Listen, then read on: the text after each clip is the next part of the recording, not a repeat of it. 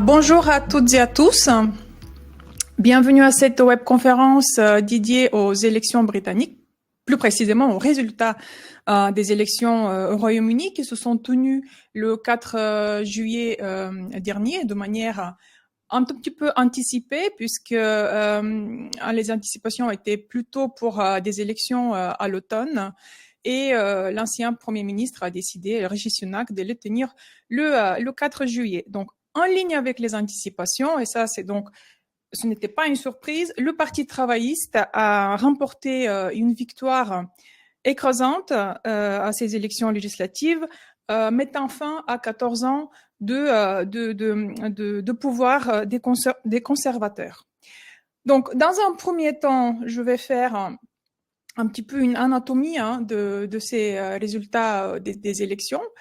Le Parti travailliste remporte 411 sièges au sein du Parlement, enfin à la Chambre basse en fait, la Chambre des communes, contre 202 sièges remportés lors des élections précédentes en décembre 2019. Donc, il double son score et affiche en fait un résultat qui lui procure en fait une majorité absolue confortable, plus que confortable, puisque le seuil de majorité en fait absolue est de 326 sièges, la Chambre des communes étant composée de 650 sièges.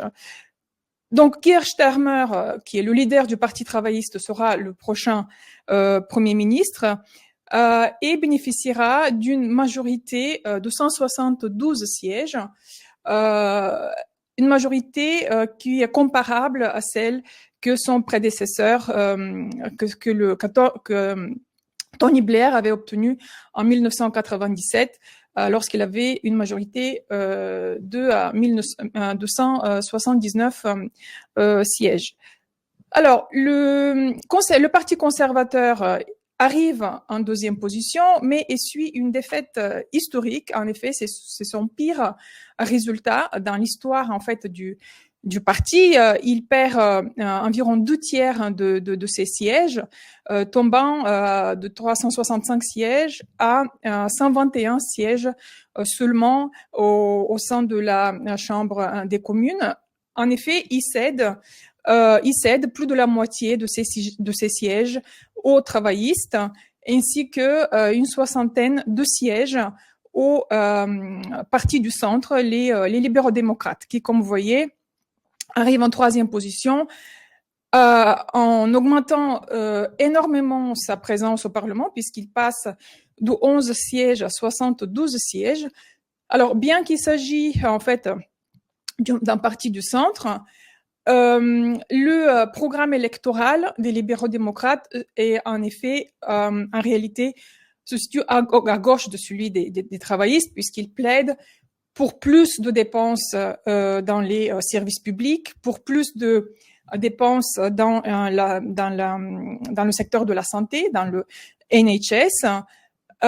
Aussi, il plaide pour une relation avec l'Union européenne encore plus étroite, puisque c'est le seul parti en réalité qui plaide ouvertement et officiellement pour une réintégration en fait de l'Union européenne. Donc là, il pourrait y avoir un petit risque en fait d'influence sur la fraction la plus à gauche en fait du Labour. Alors sur la carte à droite, donc qui est issue en fait du New York Times, vous voyez les circonscriptions qui ont changé en fait de couleur. Donc on voit qu'environ peu de la moitié en fait des circonscriptions changent de couleur. Alors le Labour gagne des sièges surtout dans le nord de l'Angleterre et dans les Midlands. Donc les régions en fait, les zones post-industrielles qui lors des précédentes élections avaient basculé, qui sont normalement rouges, mais lors des élections précédentes avaient basculé du côté des conservateurs en soutien au hard Brexit. Et donc là, le Labour, en fait, arrive à récupérer de nouveau ses fiefs qui lui appartiennent traditionnellement. Alors le SNP qui domine en fait qui a dominé la scène politique écossaise ces 10 dernières années, arrive en quatrième position mais perd énormément de sièges en Écosse. En fait, il les cède, la plupart des sièges, il les cède au Labour.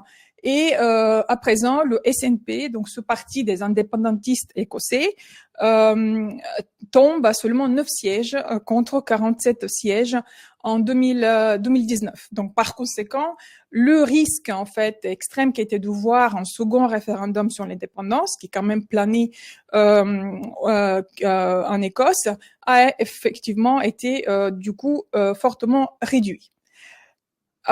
Après, les libéraux-démocrates, effectivement, eux, ils montent énormément, surtout en fait, ils augmentent leur présence, leur pouvoir dans le sud de l'Angleterre. Alors, la révolution en fait dans ces élections, c'est surtout la montée des petits partis, notamment le Reform UK, qui est un parti, comme vous le savez, c'est l'ancien parti Brexit Party de Nigel Farage, qui est renommé Reform UK, et qui est un parti anti-establishment, qui est très à droite, puisqu'il est aussi, il est surtout contre l'immigration et contre toute forme en fait, de relation. Enfin, il est contre une relation étroite avec le Royaume-Uni, enfin avec l'Union européenne. C'est un parti très libéral. Eh bien, ce parti-là arrive à capturer des sièges, enfin beaucoup d'intentions de vote, puisqu'il capitalise il totalise 14% en fait du vote national et réalise une percée vraiment historique. Il rentre pour la première fois au Parlement britannique avec 5 sièges. Il y a aussi, on peut noter aussi en parallèle une hausse en fait des candidats indépendants. On voit qu'il y a à présent 6 candidats indépendants. En effet, ce sont des candidats qui en fait capturent des sièges du Labour. Ce sont des candidats notamment pro-Palestine dans les régions où en fait, enfin, à forte présence de populations musulmanes et qui ont donc voté pour ces candidats pro-Palestine. Donc, pour conclure, cette élection est surtout notable avec la performance donc qui est réalisée par les petits partis et qui montre que au-delà en fait des chiffres headline, notamment la victoire notable du Labour, il y a quand même des déplacements de couches dans la société britannique, en réorientation du paysage politique britannique dans son ensemble, au détriment des partis de l'establishment et en faveur des petits partis. Alors, par conséquent, il nous semble que le Labour paraît en fait beaucoup plus fragile qu'il n'y paraît à premier abord. En effet, le Premier ministre, enfin le leader du parti, Keir Starmer, est le futur Premier ministre, il n'est pas très populaire. Selon les sondages, seulement 28% en fait des Britanniques aiment ce leader et 60% lui sont défavorables, n'arrivent pas à exprimer en fait exprime une défiance à l'égard de ce leader. Et on voit que malgré donc cette victoire en termes de nombre de sièges, en termes de nombre de votes absolus, et y compris en termes de vote, en termes de pourcentage du vote national, en réalité, au cours des dernières années, le Labour baisse. On voit sur le graphique en haut à gauche qu'il ne totalise que 9,7 millions en fait de votes contre un peu plus de 10 millions en 2019 et presque 13 millions en 2017. Et en termes de vote national, donc le Labour, avec 33% des votes, enregistre le pire score d'un parti qui arrive au pouvoir. Et c'est nettement inférieur, en fait, au score qu'avait enregistré Jeremy Corbyn en 2017, notamment quand il avait obtenu 40% du vote national, mais avait perdu face aux conservateurs. Et donc, comme vous le voyez sur le graphique en bas à gauche, la part du vote national pour les partis de l'establishment, notamment le Labour et les conservateurs, est au plus bas dans l'histoire moderne de la politique britannique depuis 1918. Ça veut dire qu'en contrepartie, eh bien, les partis, les plus petits partis, comme je le disais, arrivent avec un pourcentage de vote national record dans l'histoire moderne du pays. On voit ce désaveu vis-à-vis de l'establishment se voit aussi dans le taux de participation qui baisse par rapport aux précédentes élections, puisqu'il est maintenant autour de 60% contre 67% lors des élections lors des élections en 2019, et il est proche des plus bas. En fait, il me semble que c'est le deuxième plus bas niveau du taux de participation enregistré depuis 1918. Et enfin, lorsqu'on regarde en fait la part du vote des Labour et des conservateurs en termes d'âge, en termes d'âge moyen des différentes régions, eh bien, les conservateurs qui ont historiquement toujours gagné face aux Labour dans les régions vieillissantes, eh bien, ils perdent du terrain. Ils perdent du terrain partout, mais un petit peu moins en fait, y compris, ils perdent du terrain, y compris dans les régions où l'âge moyen est le plus élevé. Mais on voit aussi, comme vous voyez sur les deux histogrammes, sur le graphique, les deux premiers histogrammes sur le graphique à droite, que le Labour aussi perd du terrain dans les régions qui normalement lui sont favorables, celles où la population est la plus jeune, celles où il y a beaucoup d'étudiants, etc. Donc, notamment parce que ces populations, en fait, jeunes, ont voté, ont diminué leur vote en faveur du Labour et ont préféré voter soit pour le Reform UK à droite, soit pour les partis comme le Green parti sur la gauche, ou alors pour des candidats indépendants. Donc tout ça pour résumer que il y a donc, comme je le disais, un changement historique en fait dans le paysage politique britannique et un parti du Labour qui nous paraît plus fragile qui nous semble plus fragile que ce que montre sa majorité absolue. Hein. Donc, dans le futur, il va falloir surveiller comment tout ça évolue.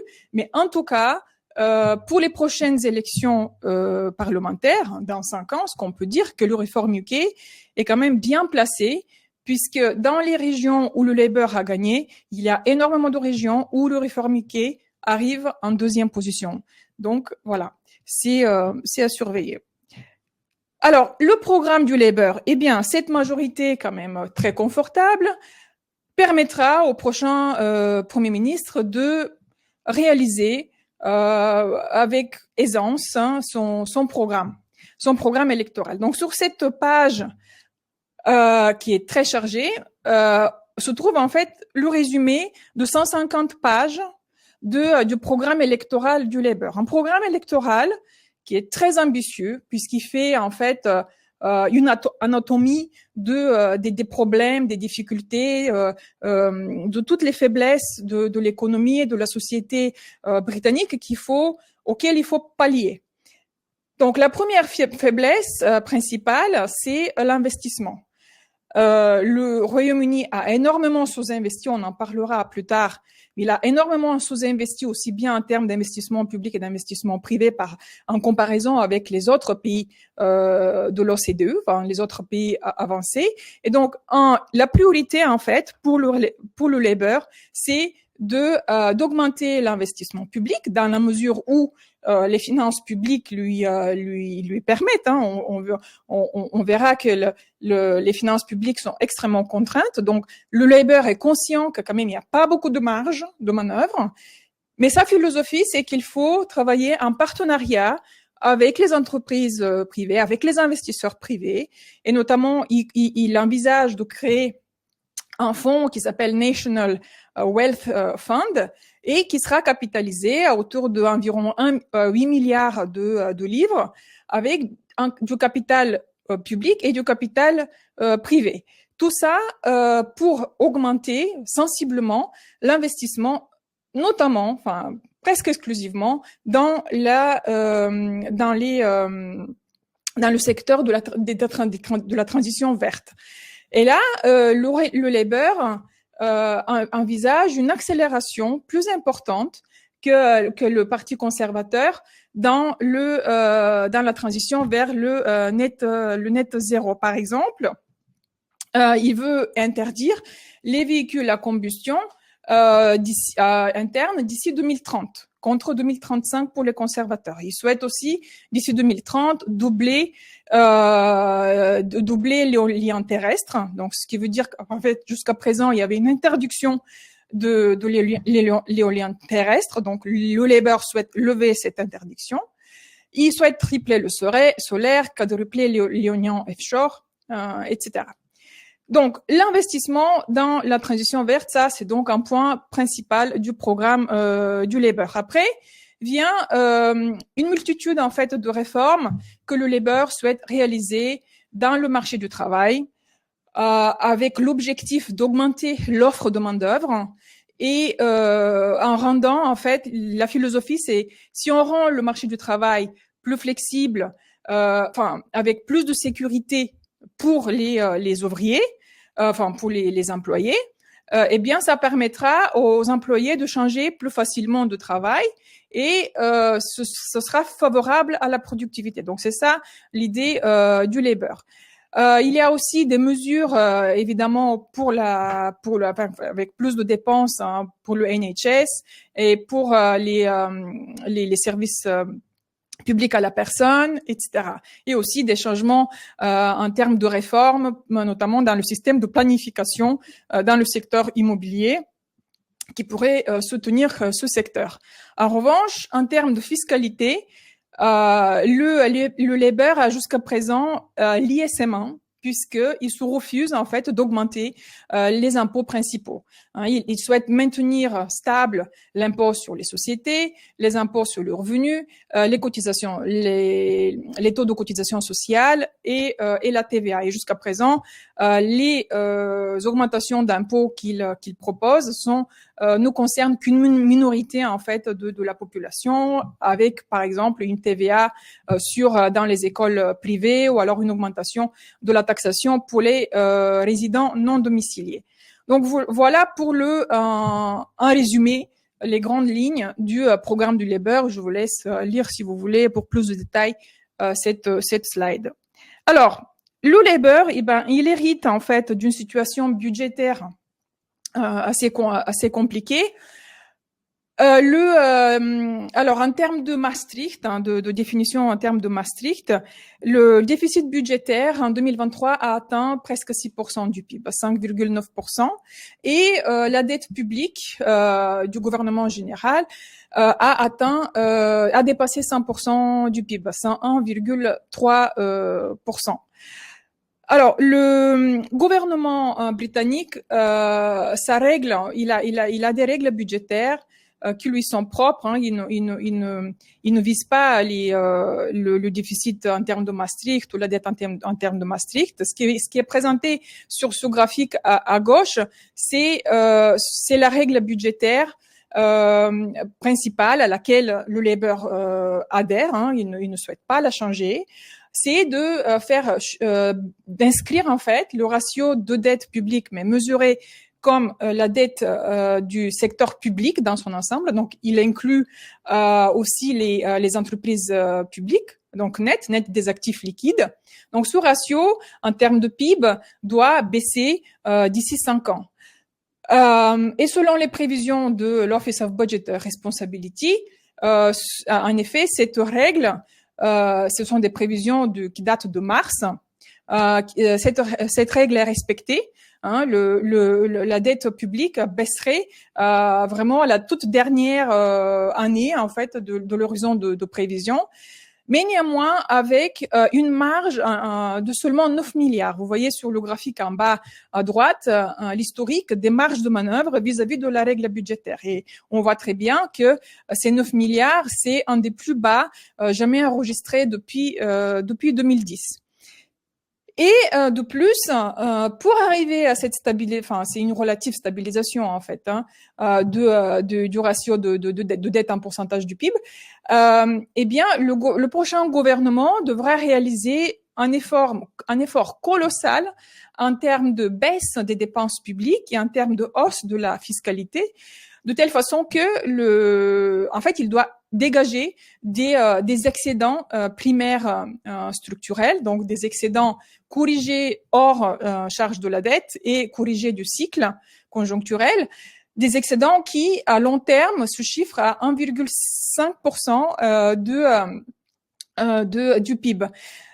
Alors que, comme vous voyez sur le graphique, eh bien, le gouvernement britannique n'a jamais réalisé de tels efforts depuis la fin des années 90. Et le Labour devra réaliser ces efforts. Donc, la politique budgétaire, même si les Britanniques ont élu un gouvernement de gauche, eh bien, il n'aura pas le choix. Il va falloir que la politique budgétaire reste très restrictive. En plus, il y a le casse-tête des dépenses courantes, notamment les dépenses courantes dans les secteurs non protégés. En fait, le plan de dépenses du gouvernement précédent fixait uniquement en fait la totalité des dépenses qu'il fallait baisser, donc, et il y a des ministères protégés tels que l'éducation, la défense, la santé, qui sont protégés et qui vont continuer de croître de 3% en moyenne par an sur les 5 prochaines années. Ce qui implique en fait une forte baisse qu'il faudra réaliser dans les départements non protégés, une baisse qui est de l'ordre qui peut aller jusqu'à 3,5% par an. C'est estimé à entre 10 et 20 milliards de livres à horizon 2028. Donc, c'est un effort d'austérité colossal qui concerne donc ces départements non protégés. Notamment, ce sont les les prisons, les cours de justice, donc les services de transport. Il y a aussi dedans des services locaux. Et le Labour n'a pas précisé, ne s'est pas en fait prononcé sur qu'est-ce qu'il va faire en fait. Est-ce qu'il va les réaliser ou pas? Donc, son choix, il est devant 3 choix possibles. Soit il réalise ses dépenses, mais c'est colossal. Soit il augmente la taxation, soit il baisse, il modifie ou enfreint les règles budgétaires. Et donc, la future chancelière Rachel Reeves a justement dit hier qu'il va falloir faire des décisions très difficiles. Donc, sous-entendu. Et je pense que effectivement, à l'automne, lors de la prochaine spending review, qui aura probablement lieu en même temps qu'avec le budget, on devrait avoir des annonces d'impôts et de taxes supplémentaires qui n'ont pas été annoncées pendant la campagne électorale. D'autant plus que, comme vous voyez sur le graphique à droite, en moyenne, lors des spending reviews, les gouvernements annoncent une augmentation, en général une augmentation en fait des dépenses publiques, de l'ordre en moyenne de 1%, et qui, selon les estimations de l'Institute of Fiscal Studies, serait suffisante donc pour combler ce trou énorme qui est dans les ministères non protégés. En termes d'impact en fait du programme du Labour, il s'agit d'un très faible stimulus finalement, compte tenu de cette contrainte budgétaire. Le programme n'envisage en net un stimulus de seulement 1 milliard de livres en moyenne par an, donc c'est vraiment très faible puisque toutes les dépenses courantes supplémentaires qu'il envisage de réaliser devraient être compensées en fait par des hausses d'impôts et de taxes. C'est la deuxième règle budgétaire qu'il se donne. Qui lui permettrait en fait d'emprunter sur les marchés uniquement pour augmenter l'investissement public. Et en effet, dans son investissement dans le cadre de son plan pour la prospérité verte, Green Prosperity Plan, qui promet en fait des dépenses supplémentaires en termes d'investissement de 4,7 milliards de livres par an. Il serait financé d'une part de l'emprunt, donc sur les marchés, à hauteur de 1,5 milliard et demi par an, et par une taxe, une taxe exceptionnelle sur les entreprises, les grandes entreprises pétrolières et pétrolières. Donc, notamment cette taxe, en fait, qui existe déjà, il souhaite la prolonger pour toute la législature et augmenter le taux de prélèvement de 3 points de pourcentage. Alors, ce stimulus minime, comme vous voyez, quel pourrait être son impact sur la croissance? Nous l'estimons à seulement 0,25, donc un quart de point de pourcentage sur le niveau du PIB réel à horizon des 3-4 prochaines années. Pourquoi? Parce que en fait, on utilise les multiplicateurs fiscaux de l'Office of Budget Responsibility. Le multiplicateur fiscal le plus élevé, c'est effectivement celui de l'investissement. C'est de là que vient en fait ce léger stimulus. Je pense que il est possible qu'il soit un petit peu plus élevé. Il y a des risques haussiers. Si le Labour arrive en fait à réaliser sa promesse électorale, qui est de débloquer aussi l'investissement privé via cette idée de partenariat stratégique avec les investisseurs privés. Et d'ailleurs, la future chancelière Rachel Reeves, elle a commencé déjà à travailler dans cette voie-là, en commençant en fait à travailler avec l'ancien gouverneur de la BEE, Mark Carney, pour voir comment monter ce fonds en fait de partenariat stratégique entre les investisseurs privés et l'État. Mais à court terme, en tout cas, en ce qui concerne notre scénario central pour les 2 prochaines années, donc très peu d'impact finalement de cette élection du Labour sur la croissance.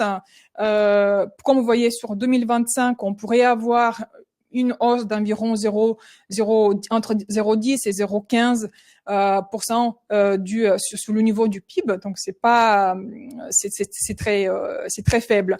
En revanche, ces estimations ne prennent pas en compte la possibilité d'avoir un rebond plus fort que prévu de la confiance, notamment de la confiance des consommateurs et de la confiance des entreprises, parce que justement à travers la promesse du Labour de plus de stabilité. C'est vraiment le central c'est au cœur du programme électoral, cette promesse de stabilité institutionnelle, de sécurité, d'un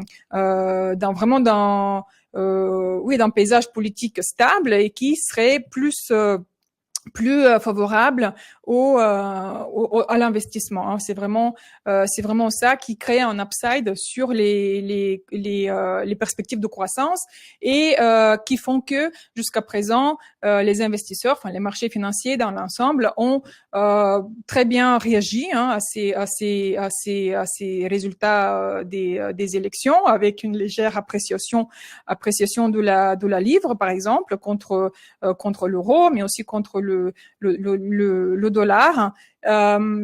Donc voilà, un environnement politique et financier probablement plus propice pour l'économie britannique et qui pourrait éventuellement dans les prochains mois voir même une appréciation à la hausse du rating en fait de l'économie britannique.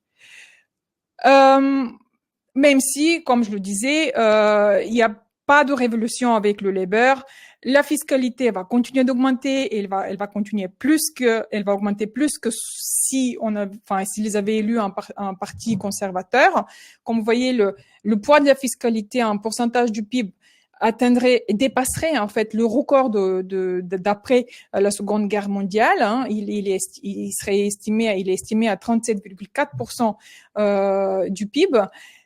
Et l'investissement public, eh bien, malgré les efforts supplémentaires significatifs d'augmentation de l'investissement dans la sphère dans le vert, dans le vert, eh bien, il annulerait seulement un cinquième de la baisse de l'investissement public lors des 5 prochaines années qui étaient inscrits par le gouvernement précédent. Donc, on a des trajectoires sur la fiscalité et sur l'investissement public qui, comme vous voyez, ne se différencie pas beaucoup du gouvernement précédent. Alors, pour finir sur ce chapitre sur la situation budgétaire, donc j'ai insisté sur le fait qu'elle est effectivement très compliquée pour le prochain gouvernement. Mais lorsqu'on compare la situation britannique par rapport à ses pairs, notamment les autres pays du G7, ce n'est pas catastrophique. Hein, on a un déficit budgétaire de 5,9% qui se compare à 5,5% en France et plus de 8% aux États-Unis, plus de 7% en Italie et une moyenne au G7 de 7%. Pareil en termes de ratio de la dette publique, on est plutôt en bas de l'échelle. Et aussi, surtout, le Royaume-Uni a de la marge en termes de dépenses publiques et en termes de poids de la taxation vis-à-vis des autres pays européens. Par exemple, en termes de taxation, pourcentage du PIB, le Royaume-Uni, avec ses 33%, se situe bien en deçà de celui de la France à 45%. Donc, ça participe à cette bienveillance de la part des marchés à l'égard de la situation britannique. Alors, il me semblait aussi intéressant de saisir l'opportunité de cette webconférence pour faire un point de l'impact, et puis j'ai eu des questions là-dessus, de l'impact du Brexit en fait sur l'économie britannique. Est-ce que le Brexit, est-ce que son impact se fait toujours sentir sur l'économie britannique? Et oui, il se fait sentir. Le Brexit a eu un impact durable sur l'économie britannique à travers 3 canaux de transmission qui sont notamment le commerce aussi bien en biens qu'en services, l'investissement et le marché du travail. En termes d'impact sur le PIB qui est estimé à environ 4 points de pourcentage à long terme, selon l'OBR par exemple, déjà 1,5% de cet impact aurait déjà eu lieu avant la sortie du Royaume-Uni du marché unique, une sortie qui, si vous vous souvenez, c'est arrivé le 1er janvier 2021. Mais en fait, je dirais que le premier canal de transmission du Brexit, c'était via les marchés financiers, avec la chute de la livre, qui a contribué à des pressions inflationnistes plus fortes, et l'incertitude qui a énormément pesé sur l'investissement privé, qui depuis le référendum, en fait, il est grosso modo stable, comme vous voyez sur le graphique en bas à gauche. Et il se situe toujours aujourd'hui environ 20% en deçà de sa tendance de long terme. Voilà pourquoi tous les partis politiques en fait étaient unanimes qu'il faut faire des efforts pour augmenter l'investissement et améliorer la productivité du pays. En termes d'impact sur le commerce, en termes d'exportation de biens et d'exportation de services, on voit que la part en fait de l'Union européenne, elle est plutôt en deçà de ce qu'elle était avant le référendum. C'est surtout visible au niveau des exportations de services qui ont commencé à chuter dès l'arrivée au pouvoir de Theresa May, et qui avait promis Brexit means Brexit, c'était son slogan. Et il est surtout les institutions financières en fait s'étaient préparées bien en amont de la sortie du marché unique à un Brexit dur, puisque dans l'accord de libre-échange qui a été négocié, le Trade and Cooperation Agreement, il n'y a pas, les services financiers ne sont pas inclus. Donc, l'impact du Brexit a été il y a eu un impact très fort sur les services, dans la sphère des services, à cause de l'instauration de barrières aux échanges, et surtout à l'absence d'équivalence et l'absence de reconnaissance des qualifications, reconnaissance mutuelle des qualifications. En termes d'exportation de biens, là, l'impact a été difficile en fait à déchiffrer dans les premiers mois suivant le Brexit, puisqu'il y a eu une volatilité en lien aussi avec la pandémie, et puis en fait aussi des mouvements de restockage par les entreprises exportatrices dans les mois qui ont précédé en fait la sortie du marché unique. Et puis on voit qu'en fait les exportations de biens ont fortement chuté début 2021, mais qui sont revenus, qu'ils ont rebondi derrière. Ce que ce graphique ne montre pas, on dirait qu'il n'y a pas d'impact du Brexit sur les exportations de biens, mais ce n'est pas vrai, puisque comme vous voyez, les exportations britanniques vis-à-vis de l'Union européenne et des pays non européens ont évolué en tandem. Ce qui veut dire qu'en fait, le Royaume-Uni n'a pas bénéficié du rebond qu'a connu le commerce entre Union européenne après la levée des confinements. Selon les estimations, les exportations de biens britanniques se situeraient à environ 25% en dessous de ce qui devrait être si le Royaume-Uni était maintenu dans l'Union européenne, parce que il y a ce coup d'opportunité en fait que les Britanniques ont raté avec le Brexit, cette possibilité de bénéficier du commerce intra-européen après la levée des confinements de la pandémie. Et enfin, le dernier donc impact, c'était sur l'emploi, qui depuis le référendum, l'emploi de ressortissants européens a été relativement, grosso modo stable, voire même orienté à la baisse, mais qui a été plus que compensé par l'emploi de ressortissants non européens. Les entreprises ont été obligées en fait de recourir à l'emploi de ressortissants non européens. Néanmoins, ça a créé des distorsions dans certains secteurs qui reposent le plus, qui emploient le plus de ressortissants européens, notamment dans les secteurs à faible qualification, comme l'agriculture, la restauration, l'hôtellerie, la construction. Et même si le Brexit n'a pas été en fait le premier facteur explicatif du marché du travail extrêmement serré du Royaume-Uni, il y a participé via ce canal, cette baisse en fait de l'immigration européenne, sachant que l'immigration de citoyens non européens une bonne partie, en fait, ce sont des réfugiés, notamment des réfugiés de l'Ukraine et de Hong Kong, qui ne viennent pas pour forcément, qui n'arrivent pas forcément à trouver un travail sur le marché du travail britannique. Donc, en ce qui concerne l'évolution du sentiment en fait au sein du Royaume-Uni à l'égard du Brexit, on voit qu'il y a une augmentation en fait du regret, enfin, de ceux qui regrettent le Brexit. On a désormais plus de la moitié des Britanniques qui souhaitent rejoindre l'Union européenne, 51%. Ou un minima qui souhaite rejoindre le marché unique avec 40%, plus de 40% des Britanniques. Quand on regarde aussi les Britanniques qui ont voté Leave, est-ce qu'ils regrettent ou pas, est-ce qu'ils ont changé ou pas leur opinion? Il y a désormais un peu plus de 15% effectivement qui souhaitent rejoindre l'Union européenne, mais c'est surtout ils souhaitent rejoindre le marché unique parce qu'à présent c'est plus d'un quart en fait des Britanniques qui ont voté Leave qui souhaitent rejoindre le marché unique.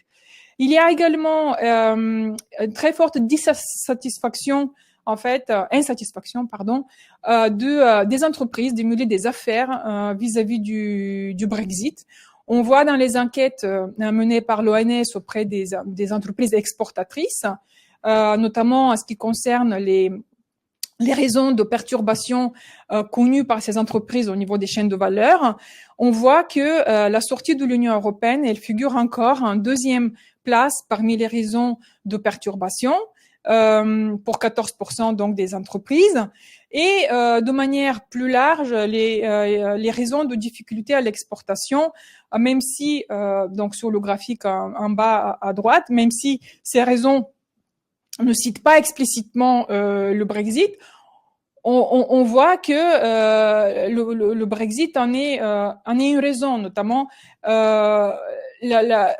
plus de 14% des entreprises trouvent que il y a une hausse en fait des droits de douane et de taxes qui leur est préjudiciable, qu'il y a une augmentation des coûts de transport, une documentation supplémentaire. Donc ça, c'est vraiment lié à l'instauration de barrières et l'instauration d'une frontière, d'une frontière entre l'Union européenne et d'une frontière surtout entre l'Irlande du Nord et le reste du Royaume-Uni.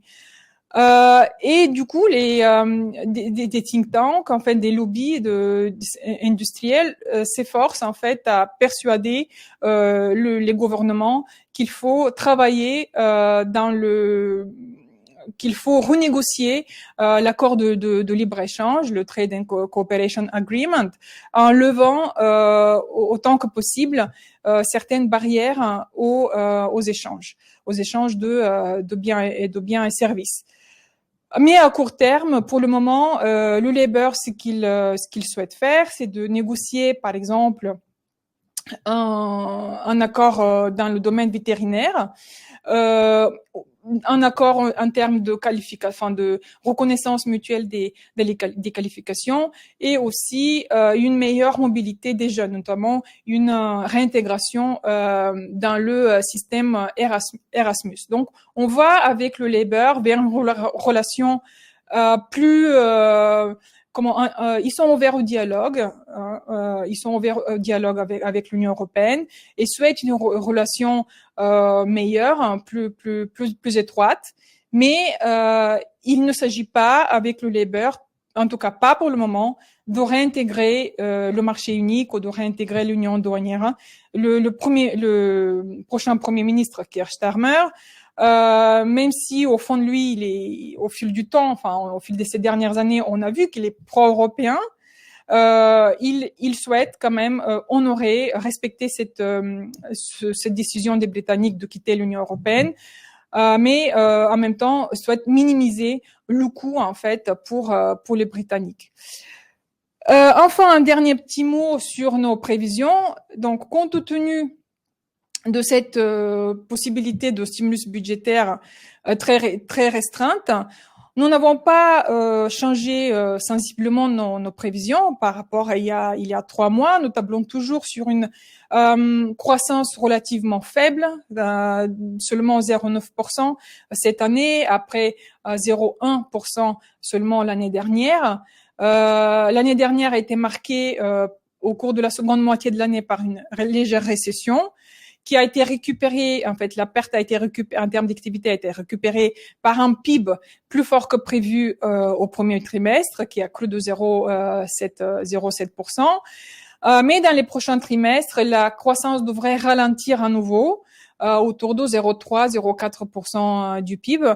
Et mais néanmoins, une économie qui est maintenant sur des bases, je dirais, plus favorables, grâce à la désinflation, grâce au fait que l'inflation a déjà baissé. Elle a baissé, elle a atteint 2%.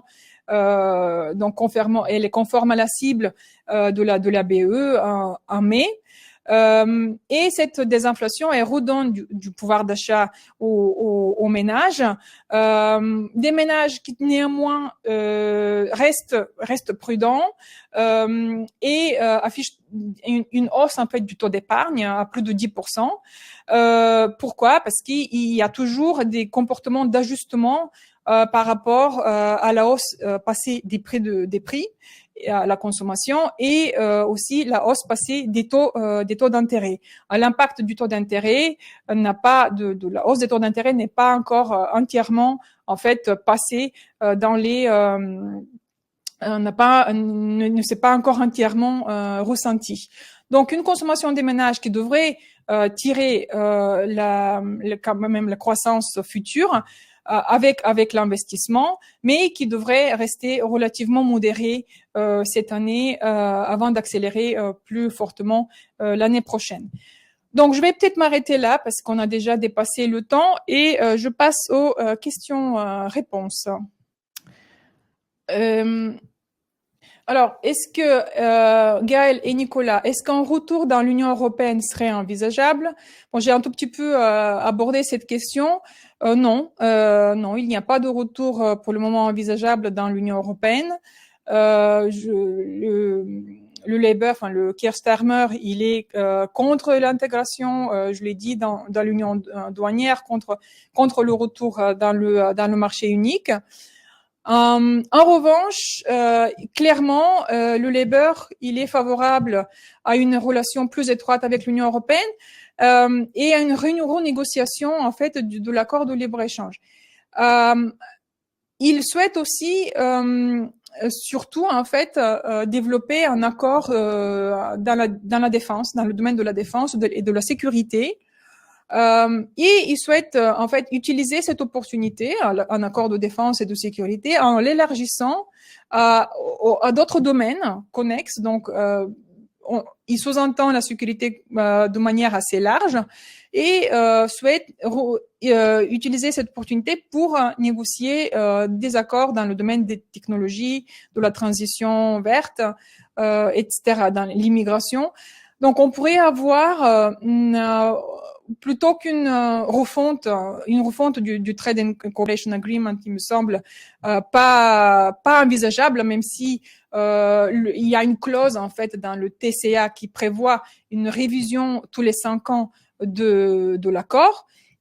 Compte tenu de manque de volonté du côté plutôt de l'Union européenne, les Britanniques semblent partir plutôt sur cette voie-là d'avoir un accord en termes de sécurité avec l'Union européenne. Puis à court terme, comme je l'ai dit, des efforts pour amoindrir les barrières aux échanges en termes de biens et de services.